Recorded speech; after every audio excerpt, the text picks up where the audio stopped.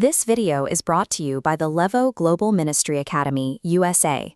When Alexander the Great died, his massive empire quickly and violently splintered into rival territories, carved up by his top generals. The Ptolemaic family claimed the ultimate prize, Egypt, but they faced an immediate mathematical problem. They were a small fraction of Macedonian Greeks trying to dictate the lives of millions of native Egyptians. In a land where native uprisings were a constant threat to foreign kings, simply managing the state was a dangerous gamble. To ensure their survival, the Ptolemies realized they needed more than a government. They needed a system of absolute, inescapable control.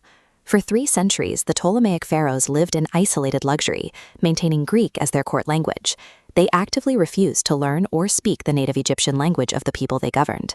To manage the public, they funded extensive construction projects and participated in ancient religious ceremonies.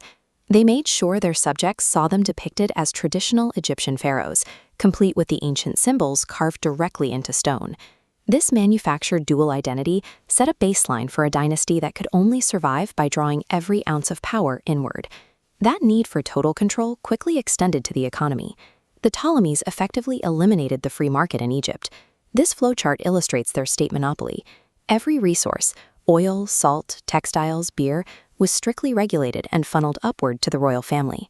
While this top-down structure generated staggering wealth, it created massive bottlenecks and profound bureaucratic inefficiency on the ground. The Ptolemies extended this hoarding strategy to global intellect, establishing the Museum of Alexandria. They paid salaries, provided free meals, and offered tax exemptions to attract the world's brilliant minds to this first completely state-funded research institution.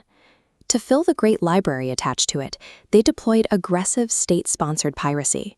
Soldiers confiscated all original scrolls from any ship entering Alexandria's harbor, kept the originals, and returned mere copies to the owners. They even targeted Athens, borrowing highly precious manuscripts under the pretense of copying them.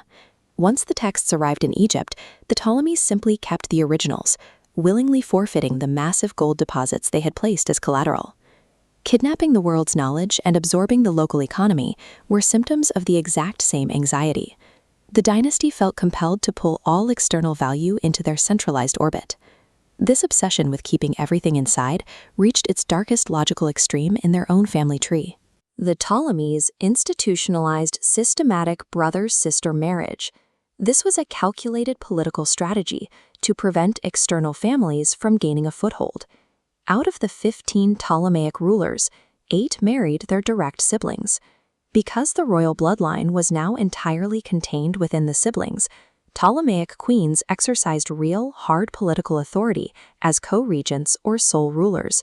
Queens like Arsinoe II and Cleopatra III often appeared before their husbands on official state documents.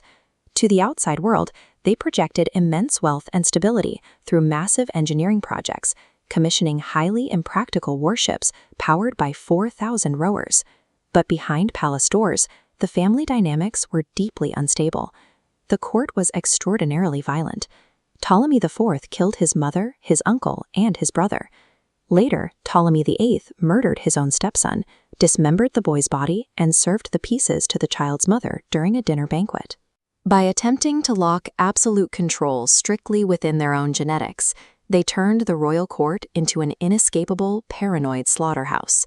After 300 years of hoarding power, the dynasty was suffocating under the weight of its own internal rivalries. Cleopatra VII broke sharply from centuries of family tradition. She was the first and only Ptolemaic ruler who actually mastered the native Egyptian language. Speaking directly to her subjects earned her widespread popularity with the native population. But her political savvy arrived too late to repair the deep structural damage within the family itself. When her father died, a vicious succession dispute immediately broke out between Cleopatra and her younger brother, Ptolemy XIII. This specific, escalating sibling rivalry completely fractured the Egyptian state. It created a massive power vacuum that invited Julius Caesar to cross the Mediterranean and intervene directly in the dispute. Even after Caesar's assassination, the ongoing internal chaos allowed Roman general Mark Antony to further entangle his legions in Egyptian political affairs. The Hellenistic age's most powerful dynasty ultimately fell to the weight of its own design. The system of extreme internal control they built to preserve the bloodline had instead turned it into a weapon, leaving the Egyptian state hollowed out and ready for Roman annexation. Thank you for watching, and thank you for your